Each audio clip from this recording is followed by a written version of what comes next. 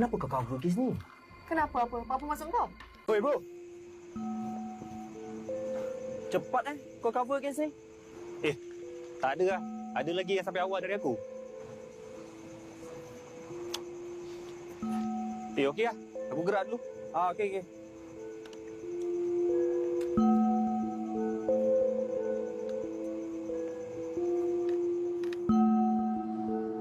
Ramona Drama 31 tahun, baru kahwin 2 tahun, dalam proses nak bercerai dah sebab lelaki dia selalu angkat tangan kan. Semula sampaikan jiran-jiran ada buat report polis sebab saya dengar dia ni menjerit menangis, depres.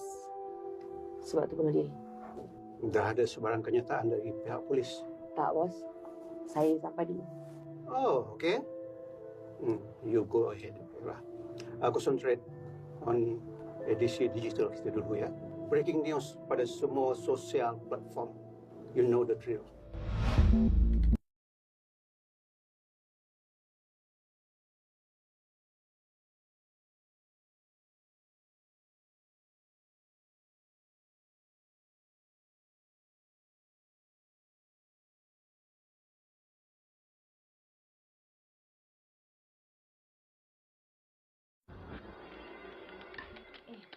Babe, ni dalam kat ATM.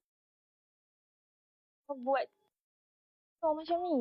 Nanti boleh trigger orang kat luar. Kau tak nak ajar aku Tak baca artikel. Sekarang ni zaman digital, bukan zaman print. Kena ada clickbait baru orang nak buka artikel kita.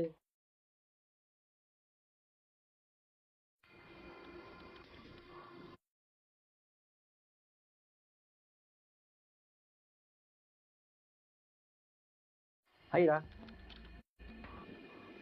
Yang kacau aku ni tak aku sibuk lah. Tak nampak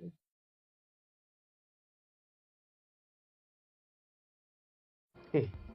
Kenapa kau cover kes ni? Kenapa apa? Apa masuk kau? Tak ada. Juga sekarang. Kau sampai lambat kan? Aku sampai dulu. Bos yang suruh aku leak kes ni. Too bad.